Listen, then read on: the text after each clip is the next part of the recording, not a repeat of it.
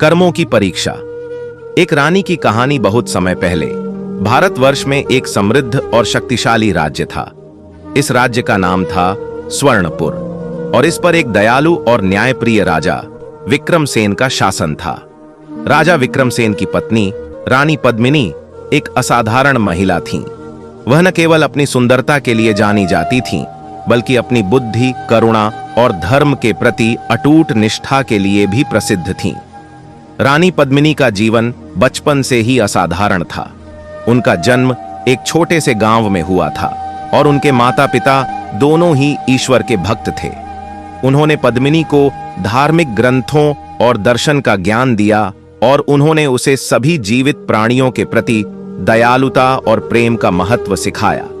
पद्मिनी ने इन शिक्षाओं को अपने दिल में बसा लिया था और वह एक असाधारण रूप से दयालु और विचारशील व्यक्ति के रूप में बड़ी हुई। जब पद्मिनी विवाह योग्य आयु की हुई तो राजा विक्रमसेन ने उन्हें अपनी पत्नी के रूप में चुना। राजा विक्रमसेन एक बुद्धिमान और न्यायप्रिय शासक थे और उन्होंने पद्मिनी में एक आदर्श जीवन साथी पाया। वे दोनों एक दूसरे से बहुत प्यार करते थे और उन्होंने एक साथ एक खुशहाल और समृद्ध राज्य पर शासन किया। रानी पद्मिनी ने अपने कर्तव्यों को पूरी निष्ठा और समर्पण के साथ निभाया। उन्होंने गरीबों और जरूरतमंदों की मदद की, बीमारों और दुखियों की देखभाल की और राज्य में शांति और सद्भाव बनाए रखने के लिए काम किया। उनकी प्रजा उन्हें बहुत प्यार और सम्मान करती थी और वे उन्हें एक देवी के रूप में मानते थे। एक दिन एक प्रसिद्ध आर्षि स्वर्णपुर आए। आर्षि ने राजा और रानी के दरबार का दौरा किया और उन्हें आशीर्वाद दिया। फिर आर्षि ने रानी पद्मिनी की ओर देखा और कहा, रानी, आपने अपने जीवन में कई अच्छे कर्म किए हैं। आप एक धन्य आत्मा हैं और आपको स्वर्ग में एक उच्च स्थान प्राप्त होगा। रानी पद्मिनी ने ऋषि के शब्दों को सुनकर विनम्रतापूर्वक सिर झुकाया। उन्होंने कहा, ऋषि जी, मैं आपके आशीर्वाद के लिए आभारी हूं, लेकिन मैं जानती हूं कि मैंने जो कुछ भी किया है वह केवल मेरा कर्तव्य था। मैंने हमेशा अपने धर्म का पालन करने और दूसरों की मदद करने की कोशिश की है। मैं स्वर्ग में स्थान पाने की इच्छा नहीं रखती हूं। मेरी एकमात्र इच्छा यह है कि मैं अपने राज्य और अपनी प्रजा की सेवा करती रहूं। आर्षि रानी पद्मिनी के उत्तर से बहुत प्रसन्न हुए। उन्होंने कहा, रानी, आप वास्तव में एक महान आत्मा हैं। आपने निस्वार्थता और भक्ति का सच्चा अर्थ समझ लिया है। मैं आपको आशीर्वाद देता हूं कि आपकी इच्छा पूरी हो। आर्षि के आशीर्वाद के बाद रानी पद्मिनी ने और भी अधिक उत्साह के साथ अपने कर्तव्यों का पालन करना शुरू कर दिया। उन्होंने राज्य में कई कल्याणकारी कार्यक्रम शुरू किए और उन्होंने गरीबों और जरूरतमंदों के जीवन को बेहतर बनाने के लिए अथक प्रयास किया।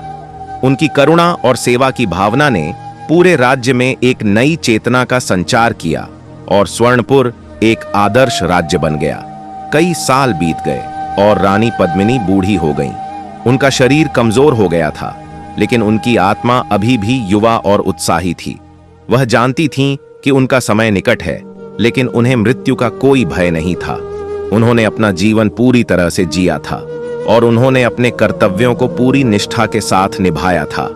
अपनी मृत्यु से कुछ दिन पहले रानी पद्मिनी ने राजा विक्रमसेन को अपने पास बुलाया। उन्होंने कहा, महाराज, मेरा समय आ गया है। मुझे आपसे विदा लेने का दुख है, लेकिन मैं जानती हूं कि यह जीवन का एक नेइज़बेजनी हिस्सा है। मैंने हमेशा आपसे और अपनी प्रजा से बहुत प्यार किया है और मैं हमेशा आपके दिलों में रहूंगी। राजा विक्रमसेन रानी पद्मिनी के शब्दों को सुनकर बहुत दुखी हुए। उन्होंने कहा, रानी, मैं आपको खोने के विचार को सहन नहीं कर सकता। आप हमेशा मेरी ताकत और प्रेरणा रही हैं। आपके बिना मेरा जीवन अधूरा होगा। रानी पद्मिनी ने राजा विक्रमसेन का हाथ पकड़ा और कहा, महाराज, आपको दुखी नहीं होना चाहिए। आपको याद रखना चाहिए कि मृत्यु अंत नहीं है, बल्कि एक नई शुरुआत है। आत्मा अमर है और यह एक शरीर से दूसरे शरीर में स्थानांतरित होती रहती है। मैंने अपने जीवन में अच्छे कर्म किए हैं और मुझे विश्वास है कि मुझे मृत्यु के बाद एक बेहतर जीवन मिलेगा। राजा विक्रमसेन रानी पद्मिनी के शब्दों से कुछ हद तक सांत्वना पा गए। उन्होंने कहा, रानी, मैं आपकी बातों पर विश्वास करता हूं, लेकिन मैं अभी भी आपको बहुत याद करूंगा। रानी पद्मिनी ने मुस्कुराते हुए कहा, महाराज, मैं हमेशा आपके साथ रहूंगी। आप जब भी मुझे याद करेंगे तो आप मुझे अपने दिल में पाएंगे। इसके बाद रानी पद्मिनी ने अपनी आंखें बंद कर लीं और उनका शरीर शांत हो गया। राजा विक्रमसेन और पूरे राज्य में शोक की लहर दौड़ गई। लोगों ने अपनी प्रिय रानी को खो दिया था और वे सभी बहुत दुखी थे। रानी पद्मिनी की मृत्यु के बाद राजा विक्रमसेन ने उनकी याद में एक भव्य स्मारक बनवाया। यह स्मारक रानी पद्मिनी की करुणा, बुद्धि और सेवा की भावना का प्रतीक था। लोग दूर दूर से इस स्मारक को देखने आते थे और वे सभी रानी पद्मिनी के जीवन से प्रेरणा लेते थे। रानी पद्मिनी की कहानी हमें यह सिखाती है कि हमारे कर्म हमारे जीवन का सबसे महत्वपूर्ण हिस्सा है। हमें हमेशा अच्छे कर्म करने चाहिए और दूसरों की मदद करनी चाहिए। निस्वार्थता, दया और प्रेम का जीवन जीना चाहिए। यही वह मार्ग है जो हमें मोक्ष की ओर ले जाता है। राजा और रानी की कर्मों की परीक्षा की एक कहानी सुनाता हूं। बहुत समय पहले एक शक्तिशाली राजा था जिसकी एक सुंदर और दयालु रानी थी। राजा अपनी प्रजा के प्रति न्यायप्रिय और उदार था और रानी हमेशा गरीबों और जरूरतमंदों की मदद करने के लिए तैयार रहती थी। एक दिन एक बुद्धिमान आर्षी राजा के दरबार में आए। उन्होंने राजा और रानी को देखकर कहा, आप दोनों भाग्यशाली हैं कि आपको एक अच्छा जीवन मिला है, लेकिन याद रखना, आपके कर्म ही आपके भविष्य का निर्धारण करेंगे। आपको हमेशा अच्छे कर्म करते रहना चाहिए। राजा और रानी ने आर्षी की बातों को ध्यान से सुना और उन्हें अपने जीवन में उतारने का फैसला किया। वे और भी अधिक दान करने लगे और अपनी प्रजा की भलाई के लिए हर संभव प्रयास करने लगे। कई साल बीत गए। राजा और रानी बूढ़े हो गए थे, लेकिन उनके अच्छे कर्मों का फल उन्हें अब भी मिल रहा था। उनका राज्य समृद्ध था और उनकी प्रजा उनसे बहुत प्यार करती थी। एक दिन राजा बीमार पड़ गए। उनके वैद्य ने कहा कि उनका बचना मुश्किल है। रानी बहुत दुखी हुई और उसने भगवान से प्रार्थना की कि वह राजा को ठीक कर दे। तभी आर्षी फिर से प्रकट हुए। उन्होंने रानी से कहा, रानी, दुखी मत हो। तुम्हारे और राजा के अच्छे कर्मों के कारण भगवान तुम्हें एक वरदान देंगे। तुम दोनों में से कोई एक जीवित रहेगा और दूसरा स्वर्ग जाएगा। रानी ने सोचा कि राजा ने हमेशा अपनी प्रजा की सेवा की है और वह उनसे ज्यादा महत्वपूर्ण है। इसलिए उसने आर्ष से कहा, अर्ष जी, मेरी प्रार्थना है कि राजा जीवित रहें और मैं स्वर्ग जाऊं। यह सुनकर राजा बहुत भावुक हो गए। उन्होंने रानी से कहा, नहीं मेरी प्यारी रानी, तुमने हमेशा मेरा साथ दिया है और तुम मुझसे ज्यादा पुण्यात्मा हो। तुम्हें स्वर्ग जाना चाहिए। दोनों राजा और रानी एक दूसरे के लिए अपने जीवन का त्याग करने के लिए तैयार थे। उनकी निस्वार्थता देखकर आर्षी बहुत प्रसन्न हुए। उन्होंने कहा, तुम दोनों ने कर्मों की सच्ची परीक्षा पास कर ली है। तुम दोनों ही स्वर्ग जाओगे। और ऐसा ही हुआ। राजा और रानी दोनों ही शांतिपूर्वक चल बसे और स्वर्ग में उन्हें एक साथ स्थान मिला। कहानी से सीख। इस कहानी से हमें यह सीख मिलती है कि हमारे कर्मों का हमारे जीवन पर बहुत गहरा प्रभाव पड़ता है। अच्छे कर्म करने से हमें अच्छा फल मिलता है और बुरे कर्म करने से बुरा। हमें हमेशा दूसरों के प्रति दयालु और निस्वार्थ रहना चाहिए, क्योंकि यही सच्चे कर्म हैं जो हमें मोक्ष की ओर ले जाते हैं। गौतम बुद्ध और कर्म की लंबी कहानी। बहुत समय पहले गौतम बुद्ध श्रावस्ती शहर के पास जेतवन नामक एक मठ में रह रहे थे। एक दिन एक धनी व्यापारी जिसका नाम सुदास था, बुद्ध के पास आया। सुदास एक दयालु और उदार व्यक्ति था, लेकिन वह एक बात से बहुत परेशान था। उसने देखा था कि कुछ लोग जो बुरे काम करते हैं वे भी समृद्ध और खुशहाल जीवन जी रहे हैं, जबकि अन्य जो अच्छे काम करते हैं वे गरीब और दुखी हैं। सुदास इस विरोधाभास को समझ नहीं पा रहा था और उसने बुद्ध से इस बारे में पूछा। सुदास ने कहा, भगवान बुद्ध, मैं एक धनी व्यक्ति हूं और मैंने हमेशा दूसरों के प्रति दयालु और उदार रहने की कोशिश की है। मैं गरीबों और जरूरतमंदों को दान देता हूं और मैं हमेशा सत्य और ईमानदारी से काम करता हूं।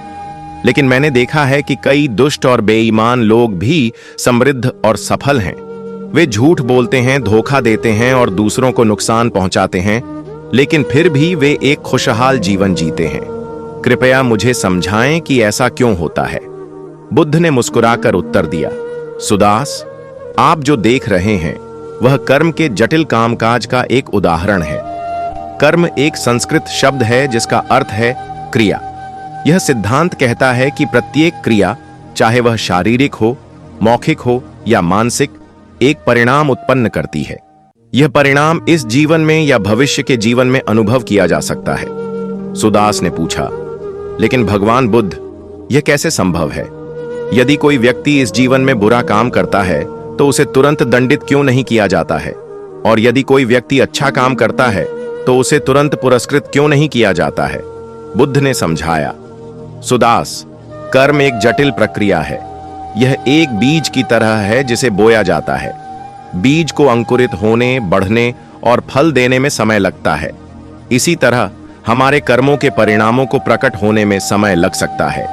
यह इस बात पर निर्भर करता है कि कर्म कितना मजबूत है, किन परिस्थितियों में इसे किया गया था, और अन्य कारक भी इसमें शामिल होते हैं। बुद्ध ने आगे कहा, इसके अलावा यह याद रखना महत्वपूर्ण है कि हम केवल इस जीवन में किए गए कर्मों के परिणामों का अनुभव नहीं करते हैं, बल्कि पिछले जन्मों में किए गए कर्मों का भी अनुभव करते हैं।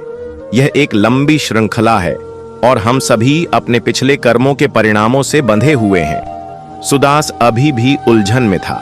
उसने पूछा, भगवान बुद्ध, क्या इसका मतलब है कि हमारे पास अपने भविष्य पर कोई नियंत्रण नहीं है?